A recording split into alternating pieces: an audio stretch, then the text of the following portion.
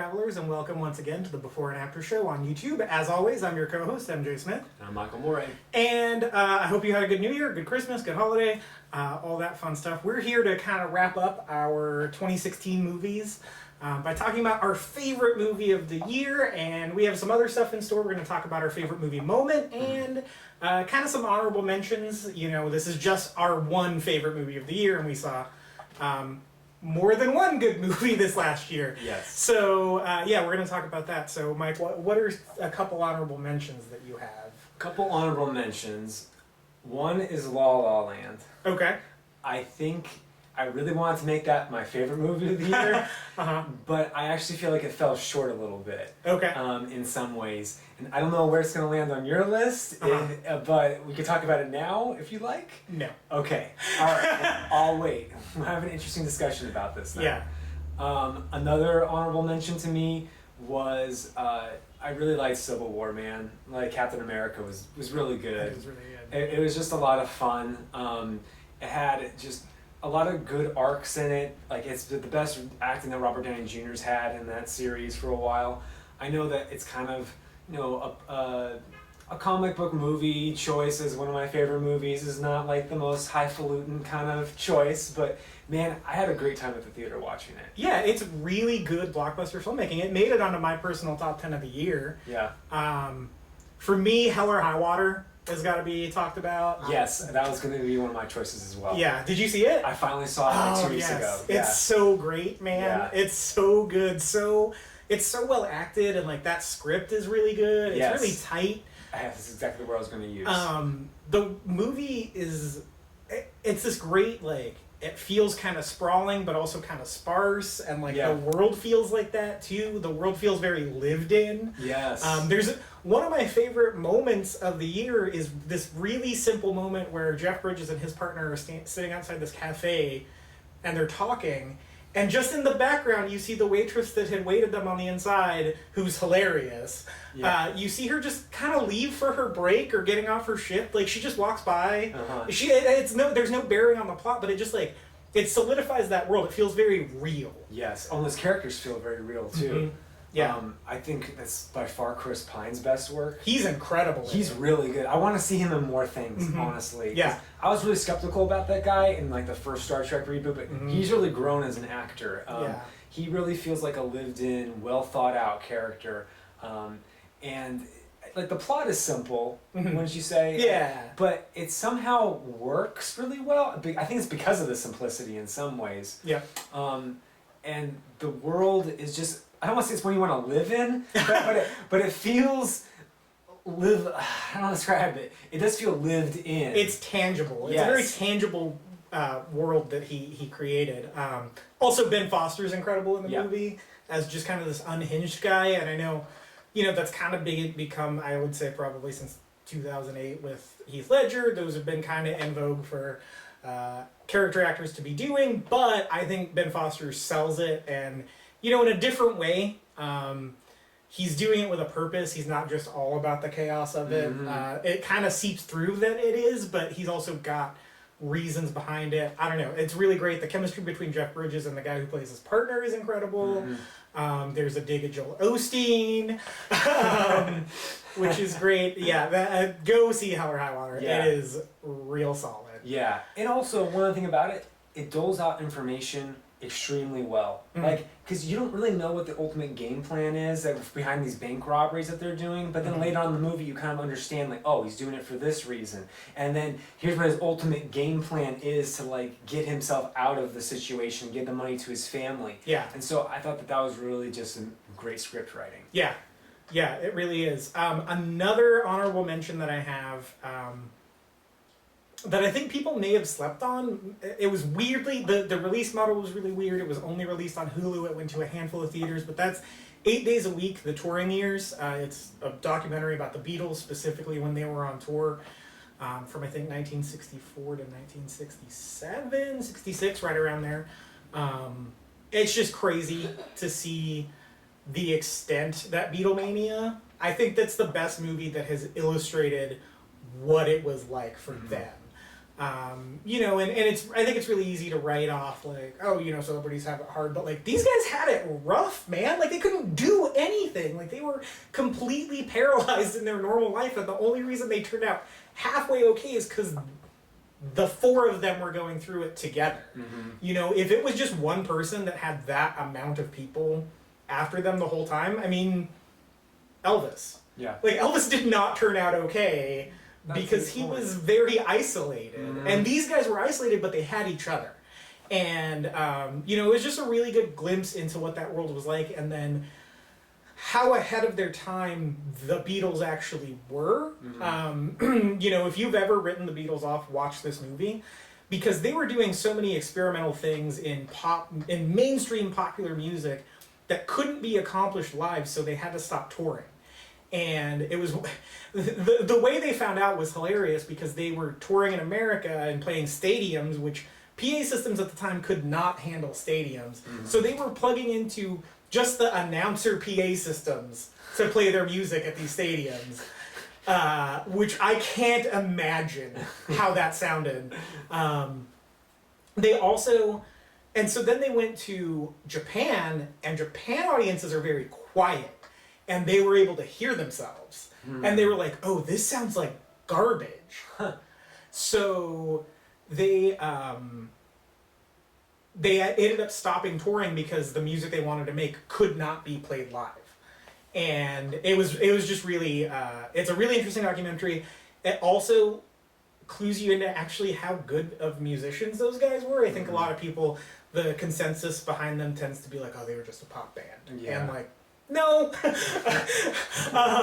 You know, you see, I think Ringo gets, you know, there's that famous quote where someone asked Paul McCartney if Ringo was the best drummer in the world, and he goes, he's not even the best drummer in the Beatles. But he was solid as a rock, man. You watch that guy play, and somehow he just, like, he lays the groundwork for those songs. It's real simple. It's not flashy, you know. It's very straightforward, but he moves, man. Like you watch how hard he hits those drums, and it's crazy. So you just see all these like different angles of them playing, and you're just like, I don't. Especially if you're a musician or even have some sort of musical training, you're just like, how do you do that, man? So it's directed by Ron Howard, which it's kind of the best thing he's done in about a decade and a half. It's really good, and the end, man, the end is so well done. It just, he like sticks the landing to this thing. The end like really stuck with me. So the Beatles 8 Days a Week is my other honorable mention. Cool. Yep. Do you have another one? No, I think I pretty much covered it. Okay. Yeah.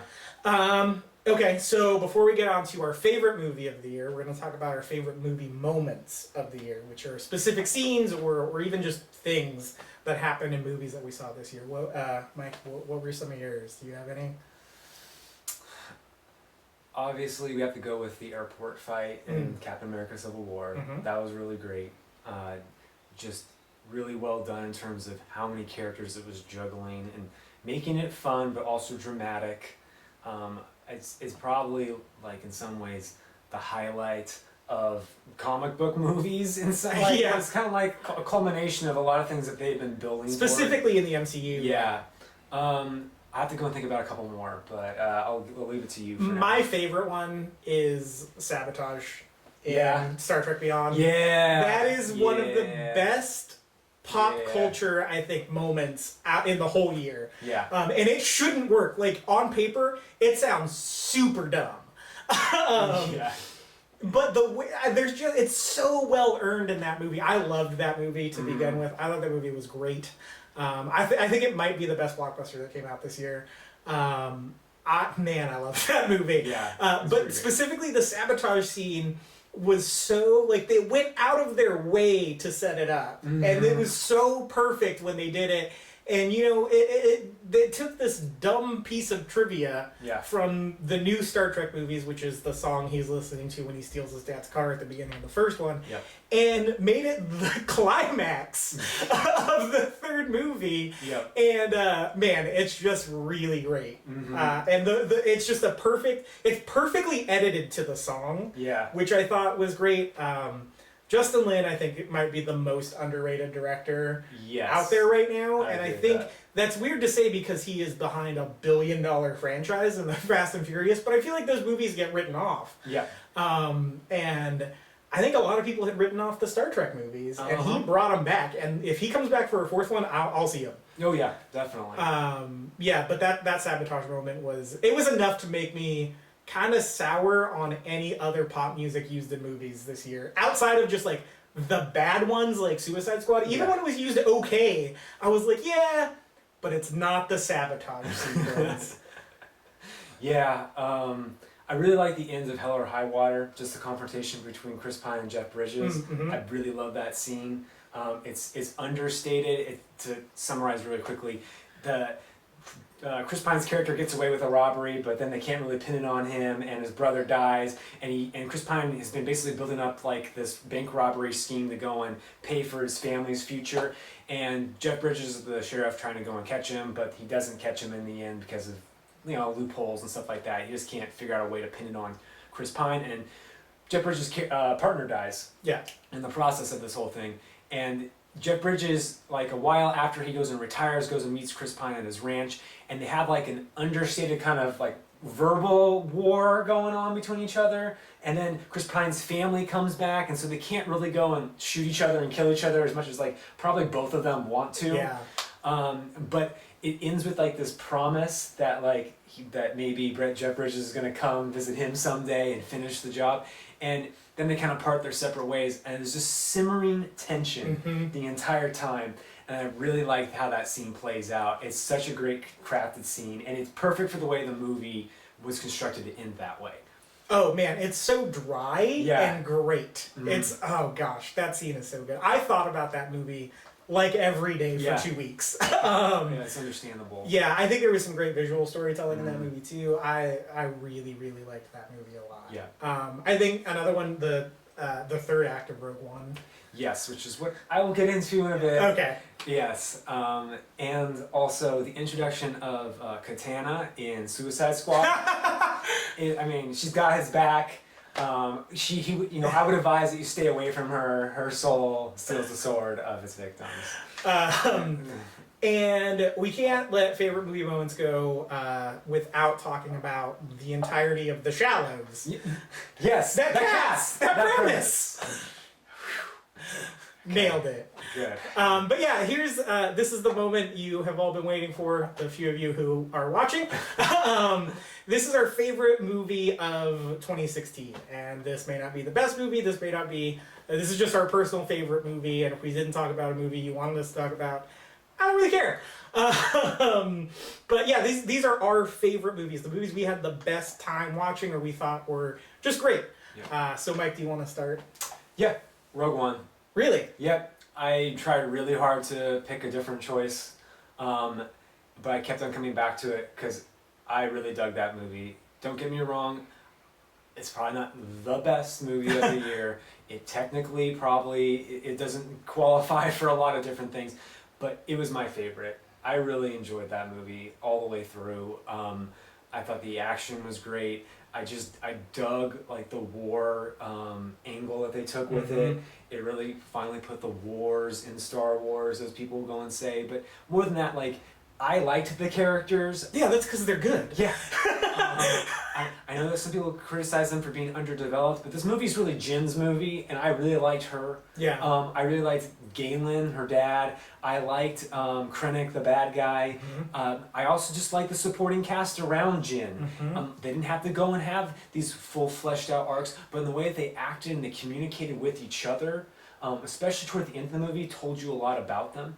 And I just really liked how it fleshed out Star Wars. You know, some people have Marvel as their kind of holy grail comic, or childhood kind of thing. Right. Star Wars is probably mine, but beyond just, fanboyism, I really thought it was a great action movie. It's to me, like, you know how we chose Suicide Squad is probably the worst movie of the year. This movie's kind of what Suicide Squad should have been. Yeah. I mean, it is a suicide squad. They go on a suicide mission, and they're a ragtag group of people who form bonds, but then like fight for the greater good in the end. And that movie nailed that aspect way better than Suicide Squad ever could.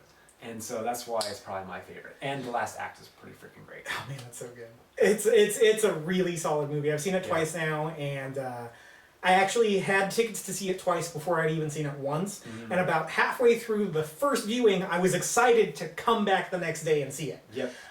Which very rarely happens, and I almost never buy tickets in advance. Yeah. But I dug the crap out of that movie, and I thought those characters were all great. I thought they were perfectly fleshed out. It's an ensemble piece, so you're not going to get everyone's backstory. Yep. But I thought that they found really good moments to kind of inform those characters. You know, Cassian has a really great confrontation with Jin, Yes. and you get where he's coming from, and you understand why he would be kind of hostile towards Jin. Yep. And you know, Chirrut and Baze, they have one line about who they are, but if you're a Star Wars fan, you know what that means for them. You know, they call them the Guardians of the Wills, and you know, if you're I mean, yeah, there could be a larger argument there about it's not accessible for non-fans, but it never really was going to be based on where the movie lies. So, I don't know, I thought it was great, man. Yeah. And, you know, Darth Vader has one very silly scene and one incredible scene. Yes. I just thought it was a really, really well done Star Wars story. And I thought it lived up to what it was marketed as, which is a Star Wars story. And to me, it kind of revived my interest in the series. Of course, I'm always going to love Star Wars. But after Force Awakens, I was real tepid about the direction of these movies. I was also not really enthused about the idea or the premise of this movie, to be honest with you. I felt like it was relying a lot on nostalgia, almost as a crutch. No, here's the Death Star, here's Stormtroopers, there's all the things that you love kind of thing. But they did something really unique and different with it that I'm actually more excited about the future of these movies afterwards. Yeah, mine is like peaks and valleys with it. Like, I'm pretty excited about it because of the talent behind the camera. Yeah. I'm not super on board with Han Solo yet. No. I'm really, like, basically at this point, I am out on episode 9 because of the talent behind the camera. Yeah. We'll see. For those of you who know what I'm talking about, you could probably understand why. But yeah, I think going forward, Star Wars might be the most uneven franchise. Yes. Yeah.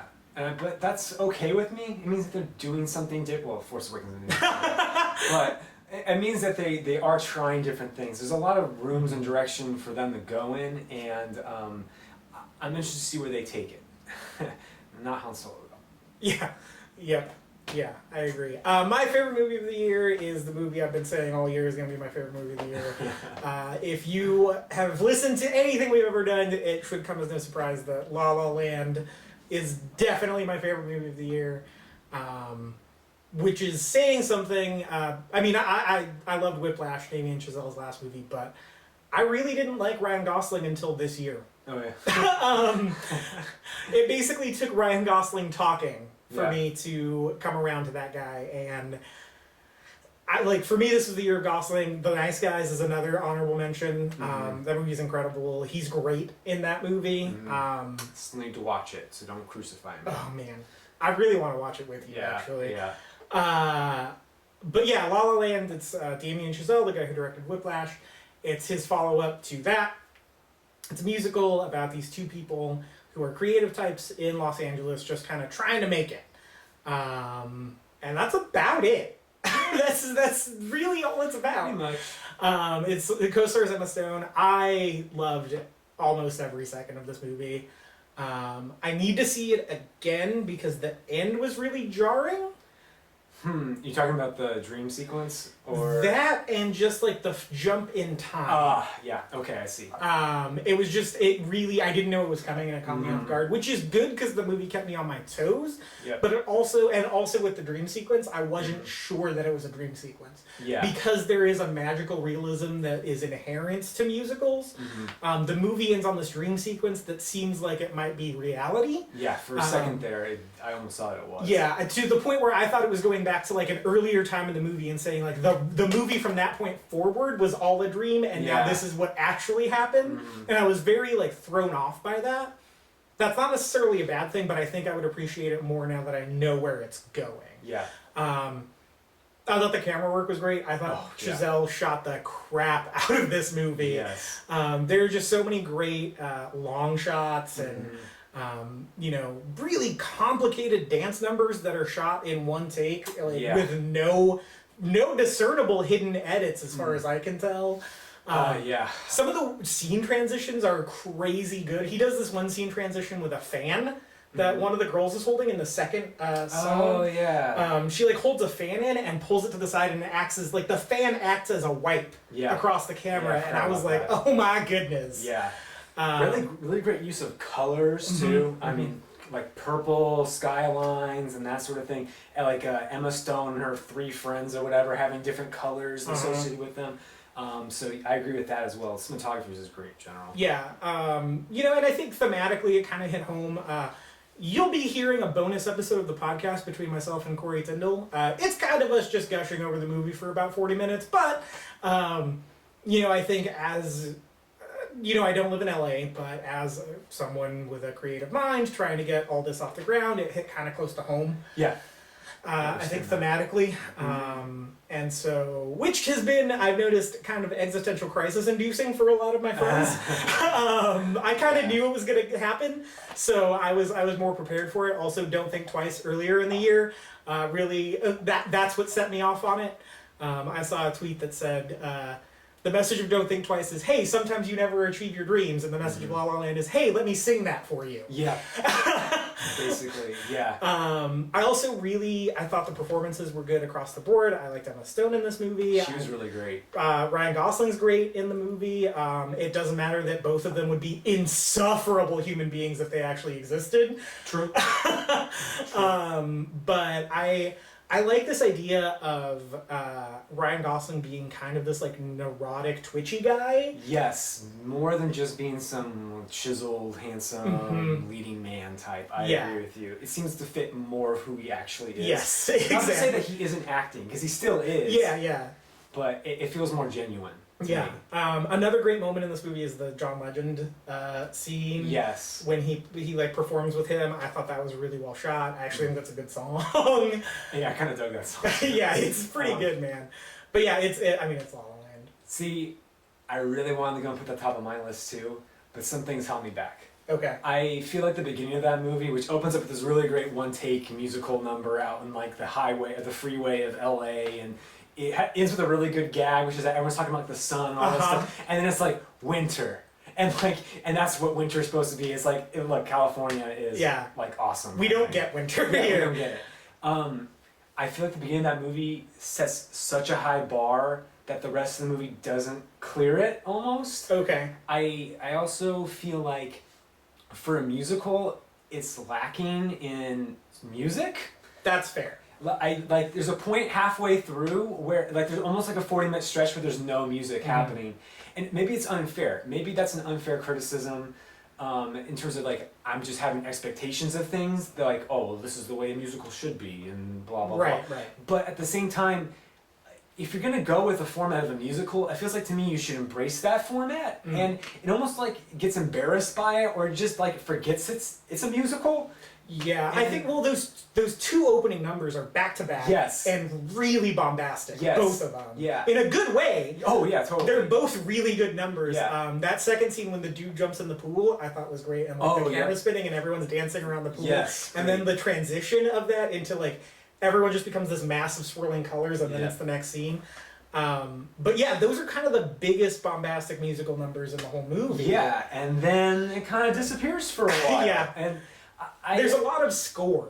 Yes, and the score's great, but at the same time, there aren't a lot of new original songs past the 3rd mark of the movie. Yeah. And that kind of bothered me. I don't know why. It was I was expecting some sort of big moment to happen with a big musical number coming, and then it never happened again. Yeah. And it just kind of bothered me throughout that entire movie, because it threw off the pacing for me. I was waiting for a musical bit to kind of break things up, the drama, and the drama itself is really great. Don't get me wrong. Yeah. But I feel like it didn't go all the way with its genre. Yeah, I get that. Yeah.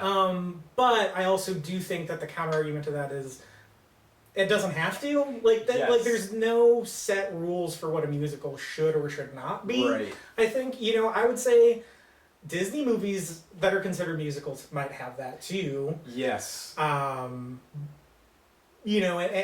I think it might be also a studio concern.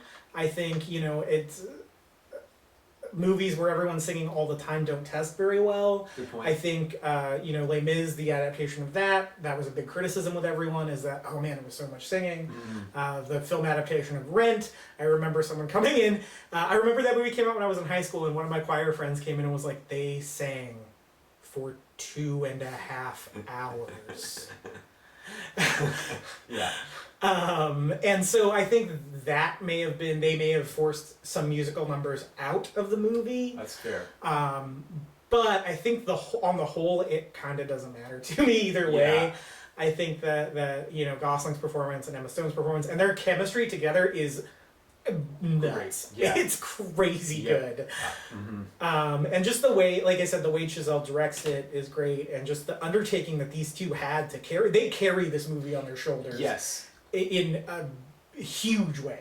Which is also maybe another one of my criticisms, is that it feels like there's no supporting characters in this movie. Fair enough. And once again, maybe it's an expectations thing, but I almost felt like for a 2.5 hour movie, spending time with just two people gets a little draining.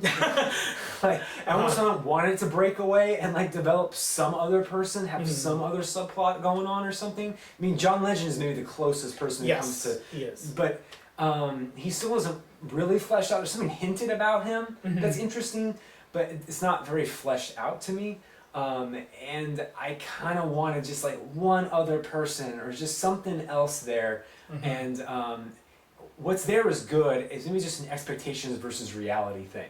Hence the before and after show. So maybe if I watch like it again with actual realistic expectations of this is what the movie actually is, I would like it more. Yeah, I think it's a movie that rewards multiple viewings no matter what. I can see that. Having not seen it twice, but Corey has seen it twice, and he I think he loved it to begin with, but I think he loved it even more the second time. Interesting. And when it comes to just great scenes in movies, we talked about the beginning of that movie, but then that end dream sequence, oh my gosh, that last really great. Yeah, just like imagining like the life that they could have had together through all the scenes in the movie that you've already seen, but from a different angle, is really well done. It's like, it made me laugh because I kind of hate when movies are like, hey, remember that movie you just watched? Here's some scenes from it. Yeah. And that's exactly what this movie does. Yes. But it does it in such this way that embraces that old-timey musical and goes through basically every style that they couldn't cram into the rest of the movie. Yeah. And I thought that was great. This planetarium scene is incredible. Even the kind of small character moment of him being on tour and coming back to have dinner with her, that dinner argument is electric. Yes. And they're really good together. Ryan Gosling's going to be in Damien Chazelle's next movie, which is a biopic about Neil Armstrong. Sure, I'm into that. Yeah, both these guys are on my radar now. Yeah. I mean, they already have been, but Damien Chazelle is really talented. Yeah, he is. And, he had 10 Cloverfield Lane earlier this year, which I don't know if you saw. He basically reworked that entire script from the ground up. I didn't know that. He has a writer credit on it. And he's the one that kind of added the aliens at the end. Spoilers. He's the one that kind of added the aliens at the end to make it the Cloverfield part. But he also revamped a lot of the character stuff to make it. So he kind of refocused it onto Mary Elizabeth Winstead's character, whereas the movie before was focused on John Goodman's character. But he realized that if you shift the focus, you can use him as the villain. I like that. Yeah. That's a good choice then. Yeah. I need to go watch it, but I hear good things about it. Yeah, I don't know how you'll feel about the end, but man, it almost is inconsequential. Cool. I like the end of the movie, but yeah, you should see it. So what that did is that proved that Chazelle doesn't just work in these kind of art house indie, movies about jazz, but he also has some genre chops. Yes. Give that guy episode 9, please. Yes. Although I don't know if I could handle a Star Wars directed by Damien Chazelle. I can. Yeah. Yeah, I can. I mean, over Colin Trevorrow for sure, but That's our favorite movies of 2016 and our favorite movie moments, and we'll be back next week to talk about something. We don't really know what the direction for the YouTube show is, but we hope you will. We hope that you enjoyed the last direction of the show. Yeah. I had a lot of fun doing that, actually. Yeah, me too. You can find me at mjsmith891 on Twitter. You can find my writing at wordofthenerd.com. You can also find my writing at tarpleymovietalk.com. That's TARPLEY. I'm actually writing a small piece in a collaborative top 10 list over there. It's a blog run by a really solid movie journalist named Josh Tarpley. We've become internet bros as of late, and he asked me to come and help him with this kind of collaborative top 10, and so I'm writing about Hell or High Water for that. So yeah, you should check that out. It's good, and he also works with me over at Word of the Nerd, and it's fun stuff. So check that out. You can find everything we do on the Before and After show at thatreelperspective.blogspot.com. That's that REEL perspective.blogspot.com. We post all the YouTube videos there, all the podcasts there. You can subscribe to the YouTube channel, get notified when one of these goes up, and when Corey Tyndall's Game Space goes up. He released 2 new Game Spaces for the new year this last week. Yo! So I think big things are going to be happening in 2017 on this channel, I hope.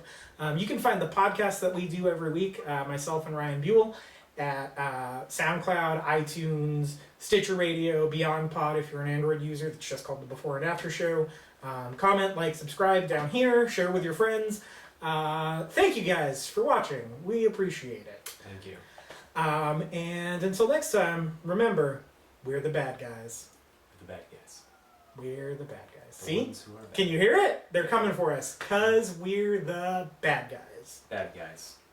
Bad guys, what you gonna do? The Shallows. That cast, that premise.